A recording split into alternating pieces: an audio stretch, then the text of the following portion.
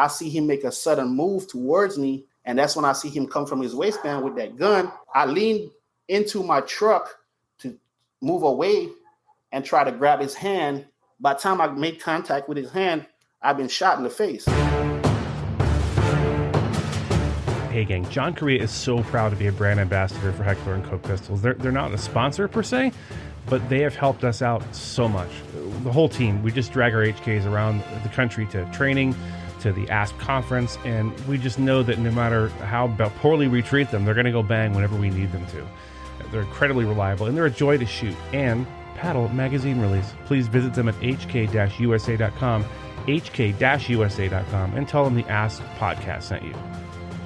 Alrighty, gang, welcome to the first ever video episode of the Active Self-Protection Podcast. If you're just hearing this, it's probably because you don't have the Active Self-Protection Unlimited app. I recommend that you get it. It's well worth it. So much extra stuff on there. I highly recommend it. With that said, our first video guest is a gentleman named Tyron Reid.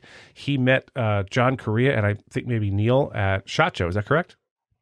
Yes, sir. All right. He met them at SHOT Show, told him his story, and was willing to come on and talk about what is up there in the most traumatic incidents we've had on the show. We've had some pretty bad ones, but this one might just take the cake year to date. So he has 8 kids. He lives in Houston, Texas, from where many of our videos come from, unfortunately. An inordinate number from Brazil and Houston, Texas, for some reason. He is a personal protection officer and a private investigator, among other things. So Tyron, thanks for coming on. How are you, sir? I'm good, and you? I'm doing well. So, folks watching this, you're not going to get your money's worth today. I'm new with this video thing. I know I'm on the main channel doing the badge cams, but that's different. And John runs all that for me and our editors and stuff. So this is be a learning experience. Hopefully I don't blow this too badly and I manage to look at the camera. So Tyron, tell us, how long have you been in that line of work of personal protection and private investigation? I took that up about 4 years ago. Okay. How do you like it? Other than being shot, how do you like it? I mean, I love the job, honestly. You know, I get to work my own schedule. It's pretty much flexible. So, you know. So do you work for yourself? I get to do cool stuff. Well, I'm considered a self-employed, but 1099. Okay. So I contract through a lot of bigger security companies that I work for. Okay, I gotcha. And talk to us about, prior to you doing this job, just as a private party, do you have are you steeped in self-defense? Did you carry a firearm, anything like that for this job, martial arts, that sort of thing? Yeah, so I trained martial arts as a kid with my dad. I went a little bit into Brazilian jiu-jitsu, and then I was kind of like, I don't know if that was for me. And then, I started, doing like the whole landscaping, remodeling stuff out of Houston. I've been licensed to carry in Texas prior to my 21st birthday, actually. So how long is that? I did all the application work and since 2011. Okay. So I've had a LTC from 2011.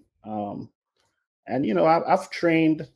My training got better and better over the years. I currently assist my good friend Carl, Tactical Carl, with his training that he does over in Houston. He's actually a sheriff deputy officer out there. He does a lot of tactical training and stuff. Kind of more of the aggressive type of instructor, but what I would say would apply in real world situations rather than just standing in the box shooting at a steel target. Right. You get more of a adrenaline rush, you get your heart rate going. So, you see how well you function under that intense, pressure and correct your wrongs and kind of get used to, just in case that day comes that you have to really get out there and defend yourself or, one of your loved ones. Yeah, it's kind of a running theme for us at Active Self-Protection that it's fine to carry a firearm, it's fine to train in self-defense and martial arts, but as we like to say, there's a conversation that the self-defender has to have with him or herself before the event happens, before their life is on the line, before they're in a struggle with some assailant for their life, that they're willing to do what they have to do. That first of all, that they're worthy of being protected and protecting themselves. They're made in the image of God and of inestimable value, and that they're willing to employ up to deadly force to protect themselves. Because if you haven't had that conversation and you're walking around with a gun and no training and no mental prep and no mental fitness or spiritual fitness. Well, you draw that gun, it could be a really bad day for you if you're not really ready to use it. So I'm glad to hear you've been doing that kind of training. Walk us through an interesting day at work for you. What is it like? What do you do on the protection side? So mostly high value clients, bank executives. Sometimes we're at bank branches. I'm with celebrities, um, different locations, few churches here and there. Um, it's never just a set schedule. It's like whatever is available.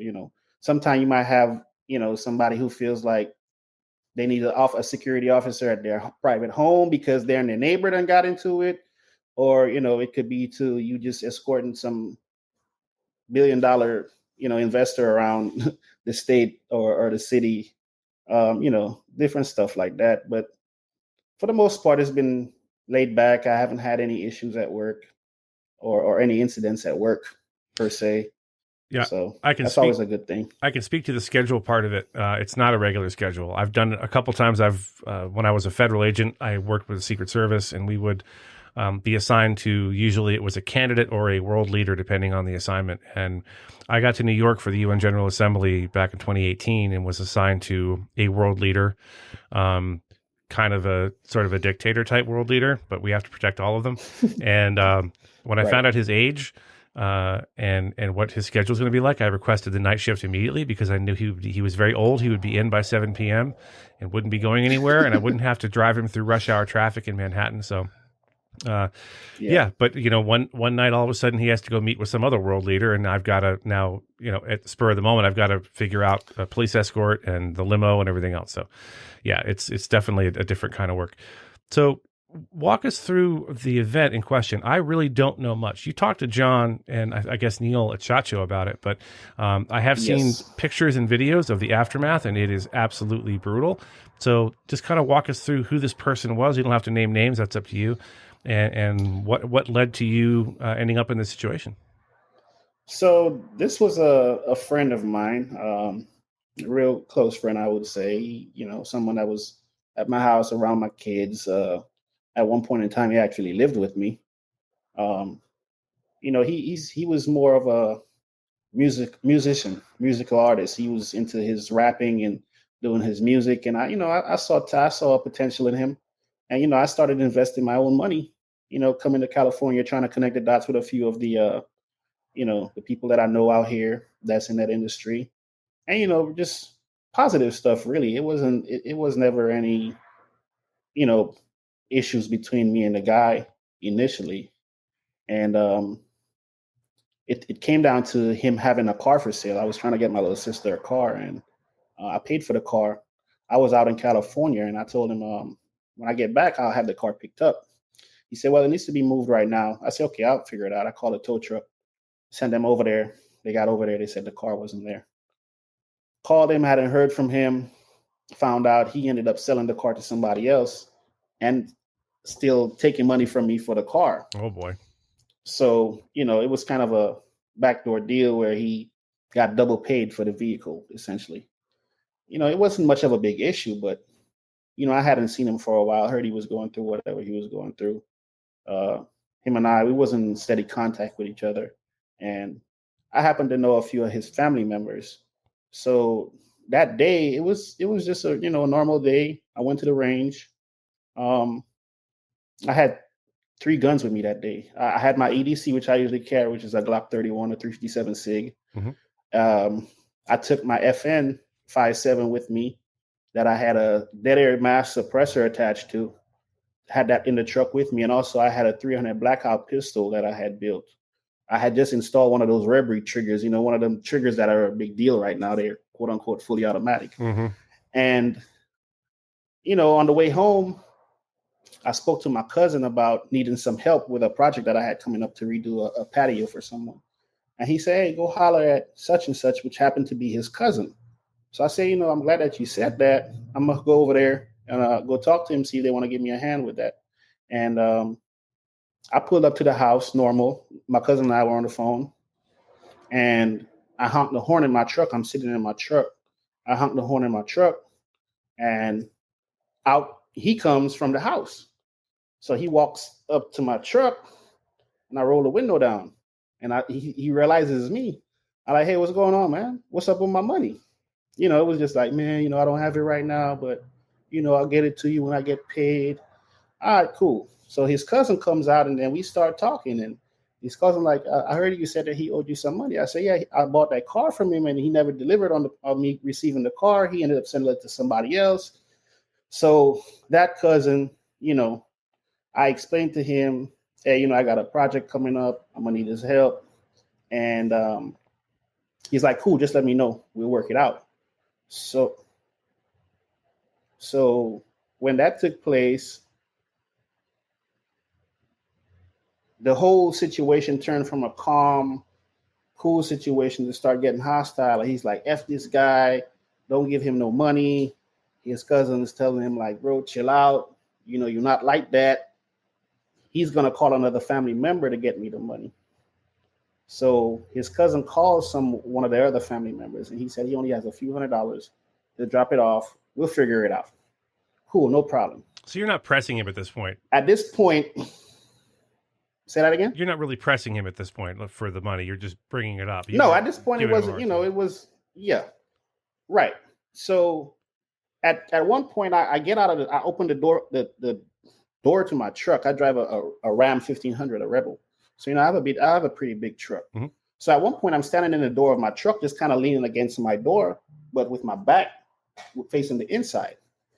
His cousin is standing more towards the front mirror of the truck, and he's standing more to the open side of the door. Okay. So I had got off the phone with my cousin that I was speaking to earlier, that told me to talk to that cousin about helping me out with the project I had coming up. And, it just started getting hostile. He's like, F this guy, ain't paying this guy, ooty woo. And his cousin telling him, bro, chill, you're not like that. And then, when his cousin said that to him, he felt like he had something to prove. So it went from him being hostile, and I'm watching his body language, and this, it's giving me like something is about to happen. Mm-hmm. But at the same time, I don't want to take my eye off this guy because I don't know what he got up. The gun that I usually carry on my hip, my EDC, is not on my waist at the time. It's in the armrest because I had went into a store earlier before going over there. After I left the shooting range, that was one of the stores that has that 30-07, 30-6 sign where they say they don't want you to carry firearms. So that was the reason why I didn't have that gun on my person at that time. And, I'm in my truck. It's right here. I also have the FN57 sitting in between the seat and the center divider. So, if need be, I could get to a gun if I need to. And my phone rings. My cousin calls me back. So in the split second of me trying to turn around and answer my phone, I see him make a sudden move towards me around the door from the truck. And that's when I see him come from his waistband with that gun. And before I leaned into my truck to move away and try to grab his hand. By the time I made contact with his hand, I've been shot in the face. So I was hit. Well, you can't really see the entrance wound, but I was hit right here. And the angle that I ended up shifting towards allowed the bullet to basically ricochet off my cheekbone and exit underneath my eye. So I'm hit. So cheekbone, it went. Where did it pass through? Exit under your eye on the other side of your face, right? Yeah. So it hit me right here, in my jaw. You can't really see the mark because it's kind of healed up and blended in. Right. I get hit here. This is the entrance wound, and it left an indentation on my cheekbone. So right now, the X-ray shows that I have a groove or a skid mark, basically from the bullet deflecting off my face. Okay. It damaged the cartilage in my nose, went through, exited right underneath my right eye. Wow. At this point, I'm fully aware of what's going on. I get hit, my eardrums go out, my ears is ringing. I see the flash. I have his hand with the gun. So my first instinct was to turn the gun away from my head. He fires a second shot. It hits the top panel on the inside of my truck. Okay. So I guess throughout the motion and me having his hand with that gun, I believe that caused the gun to jam. Well, I figured that out after the fact because, I replayed everything over in my head. Sure. The second shot he fired off hit the top of the roof. The one that hit me and went through my face went out my windshield for my truck. So it bounced off my face and exited out my windshield. They never located the slug. In the midst of me trying to stay in control of the situation, because I'm a pretty big guy. He's a lot smaller than me. Mm-hmm. He's probably like about $140, $150 at most. I ended up reaching to the closest gun that was to me, which happened to be the 5.7 with the suppressor on there. Now, that gun wasn't loaded. There wasn't a round in the chamber. It wasn't ready to go. Okay. So everything happened so fast, but then happened so slow. It's like from the time I got hit, I didn't think to panic. My first thing is survival. Like, okay, I got to take this threat out. I got to take this guy out. I'm already hit. Mm-hmm. I get to the gun. I grab him by one of his arms, one of his hands.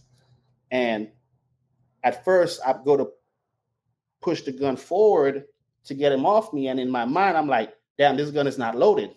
So it took me a split second, literally, and grab his hand right back into in the midst of everything that's going on. And that's when I hear him start screaming, no, no, no. Because in his mind, like, oh shit, I effed up. Yeah, he did. This guy's going to shoot me. Mm-hmm. So it took me a bit, probably 3 or 4 tries. I don't know if you're familiar with the FN, the 5.7, the safety's ambidextrous safety on both sides. My fingers are a little bit short. So it was a bit of a task while I'm tussling with him to get the safety off of the gun. But in my mind, like, this gun is still hot. Again, I wasn't able to, decipher everything till after the fact and realize, like, damn, the gun jammed. That's why he wasn't able to shoot a third time. Well, in your defense, you had just been shot in the face, so it's fine if your thoughts were completely in order. Yeah, we'll give you a pass on that, Tyron. Yeah, so when I get the safety off the gun, I just started letting it go. Till to the point where I felt he let that gun that I had with his arm, he let that gun go and he fell to the ground.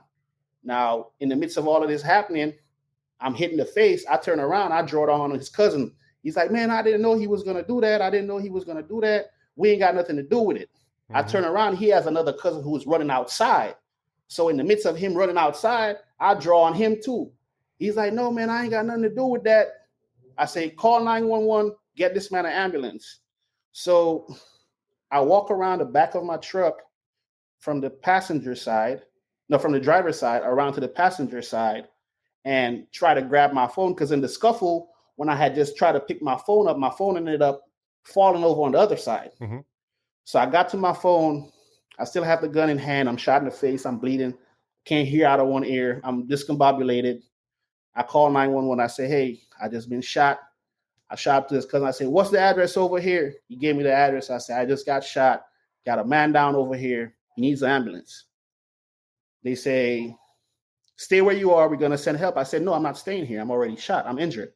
I don't know, at this point, I don't know what's going on. Or who else might be trying to shoot you. I'm outnumbered. Yeah, I'm outnumbered. It's like 5-1 at this point. I'm outnumbered. I need to get out of here. So I hang the phone up. I run back around to the driver's side of the truck. As I'm about to leave, I realize, like, he's laying dead right behind the back wheel of my truck. So I literally had to grab him and throw him away from the back of the truck so I don't run him over, which just happened to be in the ditch, which was literally the closest thing right next to us. Mm-hmm. So I pull out, I drive down the street, call my girl, I call my son's mom, I call my daughter's mom. I was like, yo, I just got shot. I'm calling everybody in the midst. I'm like, I don't want everybody to hear something happen and think that I'm dead. Right. I'm still fully aware of what's going on. I'm very much functional. I'm just injured and I'm bleeding a lot, but I've done stop the bleed classes. So I know it's not one of those arterial bleedings or I don't have any, super loss of blood at this point. I'm able to take my shirt and, it's filling up, but it's not just crazy running everywhere. Yeah, you're not bleeding out. Right. So I get to a stop sign that turns onto a main street and I call 911 again. I was like, I just got shot. Like, are you still at the location? I said, no. They're like, stay where you're at. I said, no, I'm not staying here. At this point, it's like, why am I going to stay here and I'm already injured? I don't know what these guys plan on doing. This is a family member who just got shot in front of them at their house. It's a wild situation. My mind is all over the place. I ended up hanging up the phone and I drove off. As soon as I drove off, I ended up running into one of the EMS supervisors. They drive these bright red trucks, these Ford Explorers Expeditions. They're hard to miss. They're like real super bright, says supervisor, EMS supervisor. I guess they're on their lunch break, and these guys are just sitting in the parking lot of the bank right adjacent to the McDonald's. And I just pull up in front of them and I jump out the truck, and like they were so scared, like they were spooked from the instant that I jumped out the truck because they like didn't know what was going on. I run up to the window. At first he was like hella hesitant to open the window. Sure. And I'm knocking on the window like, yo, I'm shot. Help me. I just got shot. So it took them a second to really like decipher what was going on. Finally, they get out. They're like, were you the guy that just called about? I was like, yes, that's me. So they, tell me to sit down on the curb. They bandage my face up. He's looking at it, just asking me questions like, how do I feel? Describe my symptoms, And, at the time I was just, my feet was just a little tingling and I was a little bit lightheaded, of course, from everything that's going on. And I got loaded into the ambulance. I'm, fully functional, fully conscious of everything that's going on around me at the time. Get in the back of the ambulance. My blood pressure is through the roof. Of course, I just went through this traumatic situation. Sure. And, I started calming down a little bit once, vitals were good and everything. And then I get rushed to the ER, the med center downtown Houston. They took me into the trauma center, put me on this table with this bright light. They cut everything that I had on completely off, my clothes, everything. They cut it all off, flip me over, checking for additional injuries. Say, okay, well, he only has 2 injuries to the face. Send me to the back to do I think it was a CAT scan and what you call it? X-rays? Yeah. So they did an X-ray, a CAT scan, and ran me through this machine, checked out. There's like everything is fine, no internal bleeding, no swelling of the brain, and then they just dumped me out in the hallway. Here goes some morphine, here goes some hydrocodones. You'll be all right. Just literally just sat there for the rest of the night. Wow. So yeah, that was pretty interesting. Luckily, no stitches. I do have a hairline fracture, but the doctor said he expected it to heal on its own. I haven't had any complaints about it, but I do feel like the cartilage in my nose when it grew back is like one of my nasal cavities feel like it's almost constricted. So I might have to go do surgery. I got to follow up with an ENT about that. But I mean, other than that, life has just been normal. So first of all, I want to make sure I pronounce your name correctly. Is it Tyrone or Tyron? Tyron. Tyron. Okay, man, I'm sorry. Yeah. Me and my assumption. A lot of people say Tyrone. Yeah, well, you should have corrected me. You stay. You know how to stand up for yourself. I know that much. So at some point you're going to interact with the police. Talk to us about that. How did that go? How did they approach you? Did they treat you like a suspect? Did they already have all the facts, or walk us through that? And when did they contact you? So they came to the ER right after they did the X-rays and everything of me. They came in, real cool, like, hey, we're such and such investigating what happened. He's like, we're just trying to get, figure out what's going on. At the time, I have USCCA. I called them SOBs and they never showed up like they claimed they would. All right, let me stop you right there. I didn't know this was coming. Firearms Legal Protection is a sponsor of Active Self-Protection, one of our biggest sponsors. So whatever he says right here is completely his words, and we didn't talk about this ahead of time. So USCCA, what happened with them? So I had them at the time. I had the yearly membership with them. I think it was like the highest level they have. And they're supposed to come out whenever you run into legal situations and help you out or whatever. I called them. They said they were going to try to figure out to get in contact with one of the, I guess, the local attorneys or whatever. Basically, nobody showed up to give me a hand. It was just a runaround at the time. And I was just like, F them guys. I never renewed the membership I had with them. Um, so I went ahead and I talked to the police officer or whatever that took place, and he pretty much they pretty much knew what happened before they got there. So they just had like a few follow-up questions. Like, for example, his first question to me was like, did you at all move his body after you shot him? I was like, yeah, I had to move him. So, and at the same time, he was talking. He's like, to get your truck out of the way. I was like, yeah, I had to move him so I don't run him over when I was Interesting. leaving. So he's like, okay. And he's like, at first, the way I gave the story without, I was still kind of amped up of everything. I thought I got hit coming in from this side and exited out this side. Okay. But I got hit from this side going out this side. And he was like, that trajectory doesn't make sense. He said, it's a bullet hole in your windshield. And I sat there and I thought about it. And then, I tried to slow it because at that time I'm still just amped up. I mean, it's like an hour or two later, but it's still kind of just fresh, And he's like, yeah, we can't find the slug that went through your face. It went out the windshield.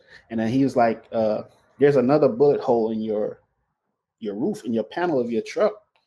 And I guess they didn't find that slug either. It looked like it ricocheted. It hit the window. And I don't know what happened to the bullet. We never found it. But yeah, that was pretty much it. They just asked a few questions. And then he asked, he said, so the argument was about money for a car. I said, yeah, that's what me and him was arguing about, money for the car. And he's like, yeah, well, pretty much your story aligns with what his relatives told them, initially. The detective that spoke to them at the scene, they pretty much told them what happened. And I guess the other detective working the case with him was the one that I spoke to. So that was pretty much it. I mean, other than that, the two other guns besides the one that I used, I received back. I'm still waiting on to receive one of the guns, the one with the suppressor back from the Harris County. I'm supposed to give them a call, but I just, been busy. I'll get to it whenever. Yeah, well, fortunately, you have other guns to defend yourself with in the meantime. But we've had people on this show before who have had guns seized by the police for various and sundry reasons, and getting it back. It was the only gun they had. They couldn't afford to buy another gun, and so they were left defenseless for a period of time, which is suboptimal to say the least. So let's talk about having a gun on your person. These are lessons. You already know this stuff, but this was a really unusual situation. Having it on your person is so critical, and I'm guilty of this too. Sometimes I'll have it in a bag or whatever, and it's got to be where you always carry it all the time when you're out and about. Otherwise, you end up in a situation like you were in. So it's a great reminder to have it on your person where you normally carry it, appendix, strong side, whatever, and to have it loaded. Now, the reason that one didn't have a round in the chamber is you had no intention of using it. You were transporting it really at that point. So I understand why it wasn't loaded. Another thing, you were shot in the face, and it didn't stop you. You didn't fall down and die like in the movies or on TV. So I think for our listeners, an important mental rep here is just because you shot someone, in parentheses, even in the face, they could still be in the fight like you were. Now you were the good guy in the situation, but had it been the roles were reversed, and you expect you shoot someone in the face, they're gonna stop doing what they're doing. Well, not necessarily, as we now know. And then we'll talk about mental fitness. The mental fitness that it takes, and I can tell you had a number of conversations with yourself and your God before this happened about what's going to happen, how am I going to be when the poop hits the fan, and you were definitely ready for it. The fact that you stayed in that fight and said, nope, this is not today. I got something for you. And try to control that gun is huge. We talk about that a lot, especially on our badge cam videos about police officers. You have to make a decision pretty quickly. Once the bad guy's gun comes out, if you're close to them, am I going to move in and try to control that gun? Or am I going to back away, look for cover, draw my gun, or a combination of both? In that moment when you were shot, and you knew a gun went off next to your head. Obviously, you heard it. It deafened you, at least temporarily.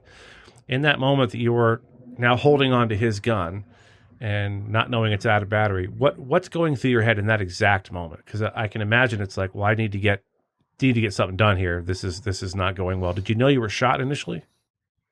Yes. So I was aware I was shot. I was aware, like I said, the flash, the deafening in the ear, the hit in the face, the blood just started gushing from my face.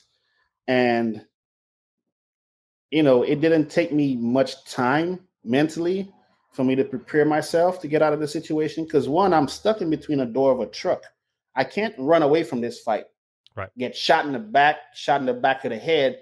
I'm basically trapped. So now it's like, what are you going to do?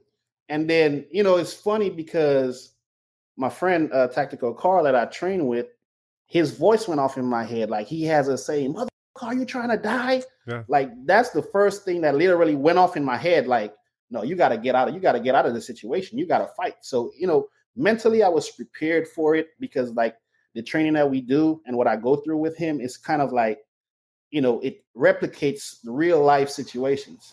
Like, it's not just you just stand there, you shoot a target, you move, you run in different places, your gun's out of battery, you got to clear malfunctions, you're out of ammo. What you gonna do? So it's like, at this point, you got to be the more violent person in that situation. They say, well, people are not. Well, sometimes you have to be the more violent person in the situation in order for you to live through that situation. So that training definitely played a part in my mental during the whole run through with this this unfortunate event. And it was a bit draining after the fact, but it was just like, wow, like, what if I had not been taking this seriously? What if I had not been training the way that I've been training? What if I did not have that that mental preparedness for situations like this? Because a lot of us leave our house every day and think we're going to make it back home alive. We're going to make it back home in one piece. I don't never leave the house with that on my mind. It's always like, if I have to fight to make it back home, then that's what I got to do. I got to fight to make it back home. And it just happened to be one of those days that, I guess you spin the bottle and it fell on me. And I had a situation where I had to make a choice, make a decision. And, it was fortunate on my end. Yeah. We like to say, well, I don't know if we like to say this. I like to say this as a defender, or if you're self-defender going out in the world armed with whatever you're armed with, firearm or just pepper spray or whatever, or as a police officer starting your shift. We don't get to choose the day as the defender. We don't get to choose the day and the hour of our fight for our life, of our gunfight. Exactly. It's going to happen when it happens. And if you walk out the door in the mindset that I'm sure everything's fine, I'll leave my gun at home today. I'm just going to fill in the blank church, or I'm just going to running down to the store really quick, or whatever.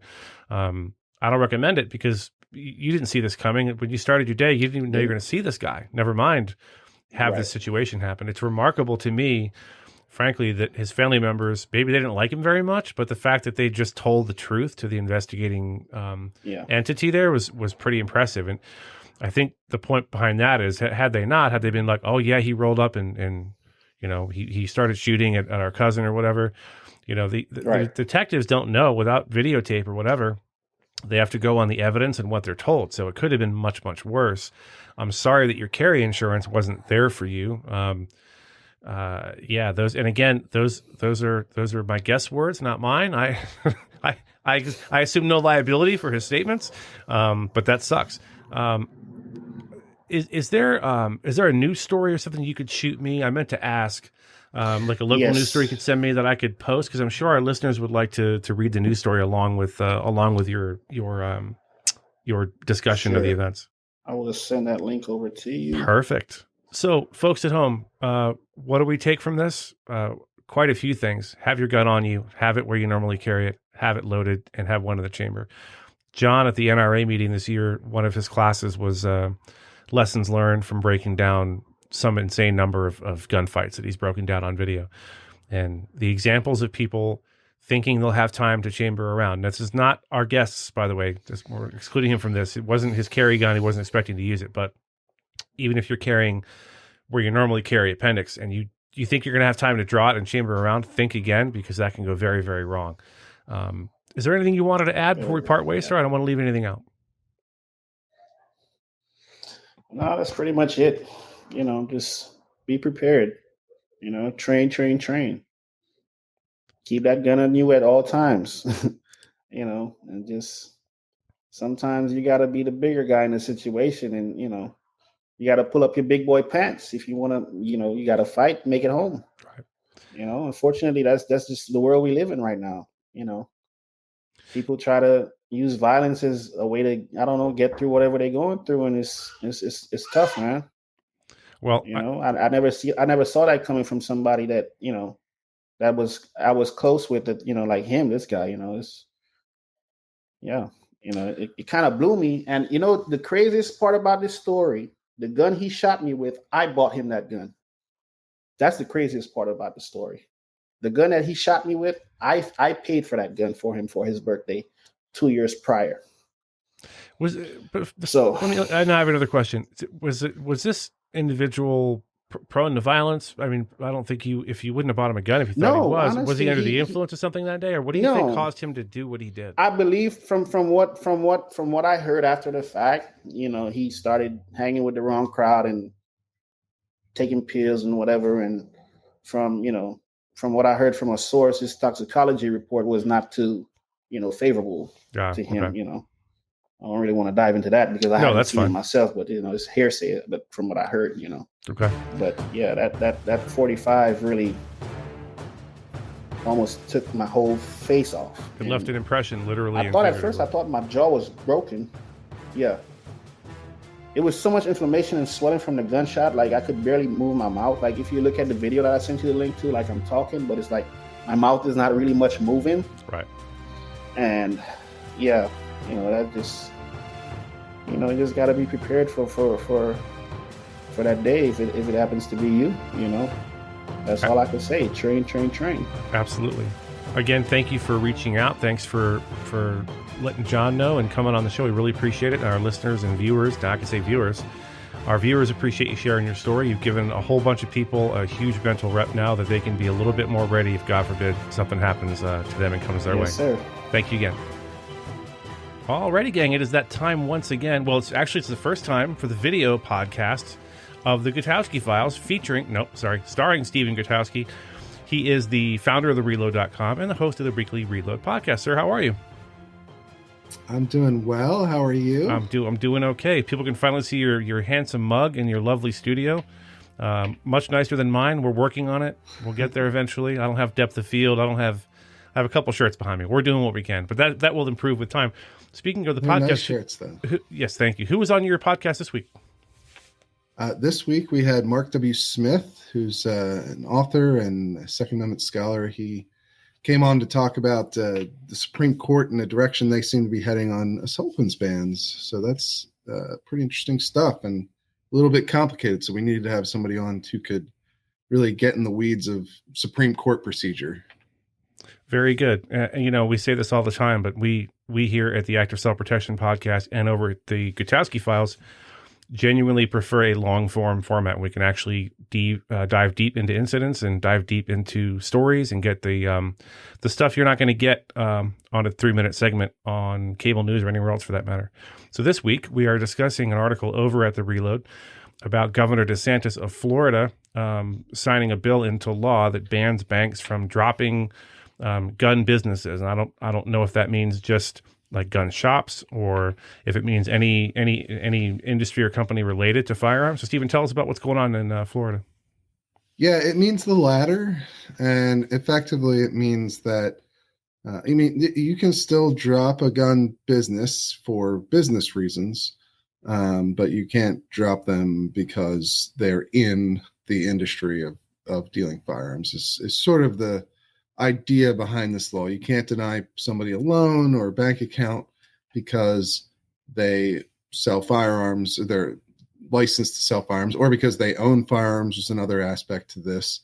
And so, it's meant to be a reform to try and push back against some of the larger banks that have instituted policies over the last several years that they won't work with gun manufacturers or dealers who sell or make certain kinds of firearms. So basically assault weapons is the sort of term that gets used a lot, but AR-15s and AK-47s, devices like that, or even magazines that hold more than 10 rounds. You had a couple large banks, Citibank and Bank of America, who adopted policies after in particular after Parkland, saying that they wouldn't work with gun companies that have those sorts of make those kinds of products. Yeah, DeSantis is quoted as saying, quote, if you're engaged in traditional energy production, they don't like that. If you have a gun store or you're a gun owner, they don't like that. There are certain things that they don't like, and people feel the brunt of that. So we want to make sure that in Florida, people have access to these services, and they're not discriminated against based on their political orientation or their religious beliefs or anything like that. I'll be honest with you. We're going to go into editorial here a little bit. As much as I agree with the sentiment of this, I'm not a big fan of the government telling private business what they can and can't do or who they can associate with. What are your thoughts on that, Stephen?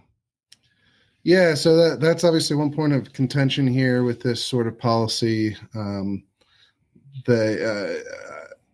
will say that much of there's a sort of anti-discrimination aspect to it, which says you can't drop someone just because they have these businesses or own a gun.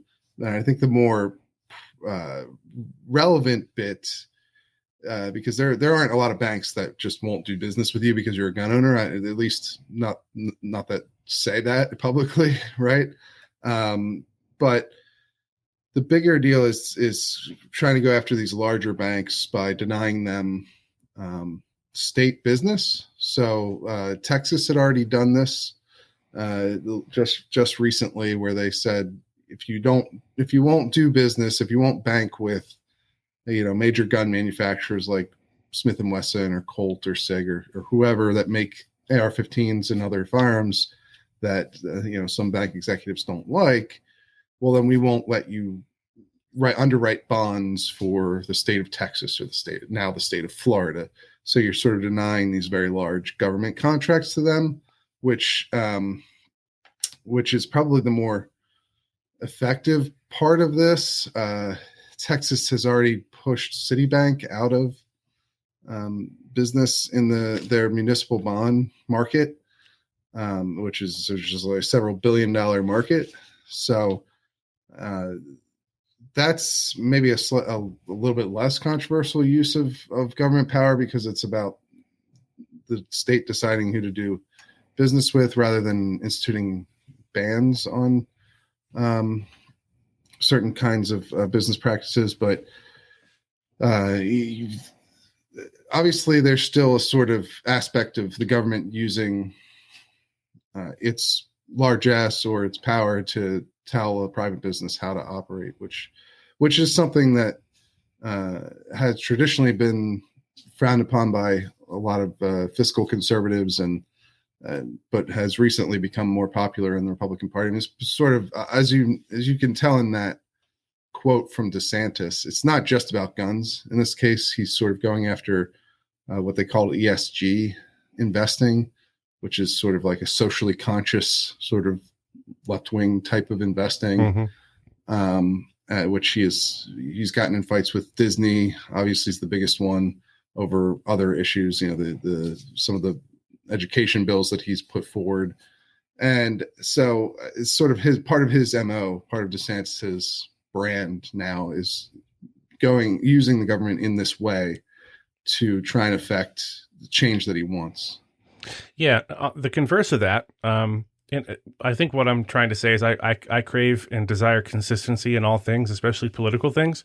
So if I don't like Obama or Biden or Clinton using executive orders to do everything they want to do and do an end around Congress, I don't like the government telling private business what to do. But the other side of that is this rather unsettling quote from there's a gun dealer named Brandon Wexler and a large bank, Wells Fargo, basically cut him off at the legs. And the quote from them is, Wells Fargo performs ongoing reviews of its account relationships in connection with the bank's responsibilities to manage risks in banking operations.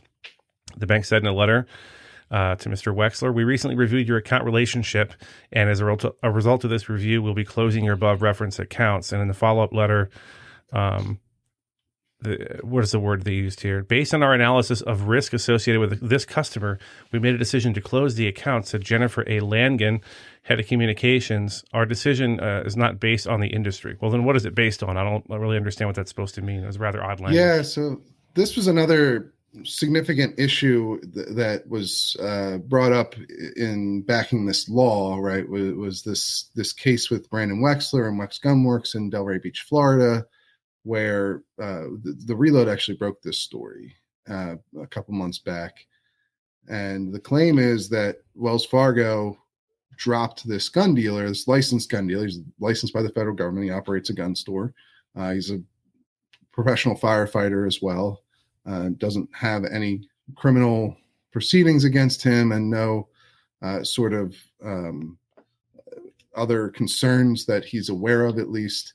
And Wells Fargo dropped him. They sent him some letters. One of them said explicitly that they were concerned about the business that he works in, which would be firearms dealing, mm-hmm.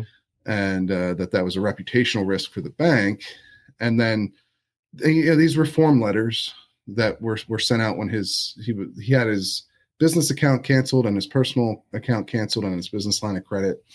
So they dropped all business with him, and the indication was that it had to do with the industry that he's working in. So that's where why this was used as a sort of marquee example for this law. You can't discriminate against somebody as a bank just for working in a legal industry like firearms dealing. Now, Wells Fargo has since said that this was not based on the industry that he works in, that they don't have a policy against working with licensed dealers or firearms manufacturers. So but they have not said exactly why they dropped Wexler. They haven't told him given him any reason why. And Wexler's gone on to bank with another major bank that without issue. So it's really not clear outside of the initial reasonings they gave in their letter about the industry that he works in, why they would have dropped him. So that's sort of the one of the biggest stories that has happened in this realm that DeSantis has pointed to as reasoning for why they need to pass this law. If you think about firearms as a product, which they are in some sense, they're a product that's bought and sold. You have to ask yourself: would any bank decide to stop doing business with a company because some of their consumers misuse the product?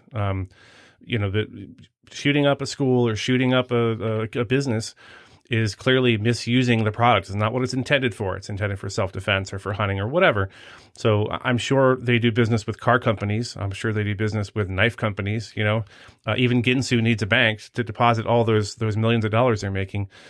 So it seems a little disingenuous. And the fact that they're so vague, this is my opinion now. Again, we're straying into my opinion. The fact that they're so vague with their wording as to why they dropped him, I think kind of speaks volumes. Yeah, and it also, of course, I think speaks to perhaps a weakness in this approach. Even if you are of the mind that this is the right way to go and try to limit banks from dropping companies that work in lawful industries, that they're not doing anything illegal, it can also just be hard to tell when a bank is doing that because, this Wexler case is a good example. They sent him a letter that said, hey, we don't want the reputational risk of working with you. Part of that is because of the industry you work in. And then later, when this became a story that got attention, they said, no, it wasn't about the industry.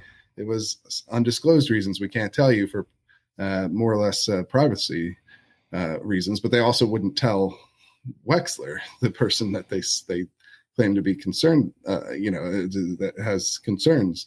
And there hasn't, as far as we could tell publicly, there hasn't been any concerns that have come up. Certainly he hasn't been arrested or charged with anything in the time since he was dropped by Wells Fargo, and he's been able to bank at another reputable bank. So it's not, it can be hard to tell when companies are doing this because, you have Bank of America and Citibank, which went out and made public statements about how they weren't going to work with certain kinds of gun companies, which frankly, the policies they articulated were pretty vague as well, but seemed to implicate basically every gun company because almost every gun company now makes AR-15s and magazines. They're guns that are capable of holding a magazine with more than 10 rounds in it, right? So, it's unclear how they even implement those policies.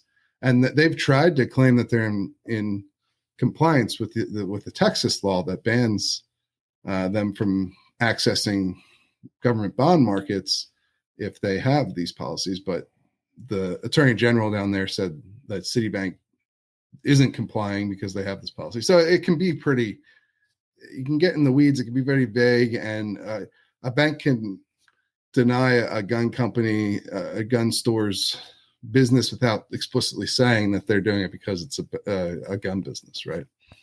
Of course. Folks, that is all our time for this week. If you are lamenting the lack of down-the-middle, sane, sober reporting on the Second Amendment and all things gun-related, do me a favor. Stop over to thereload.com, and carefully consider getting a membership. Stephen is doing the Lord's work, as we like to say, and he needs membership dues to do that work, continue that work. And we want that space, the Reload, and all its attendant media to continue to grow exponentially until Stephen is just fat, dumb, and happy on top of a giant media empire. That's my goal for Stephen. I think he'll get there one day. Stephen, as always, sir, you have the last word. I'll see you next week. Absolutely.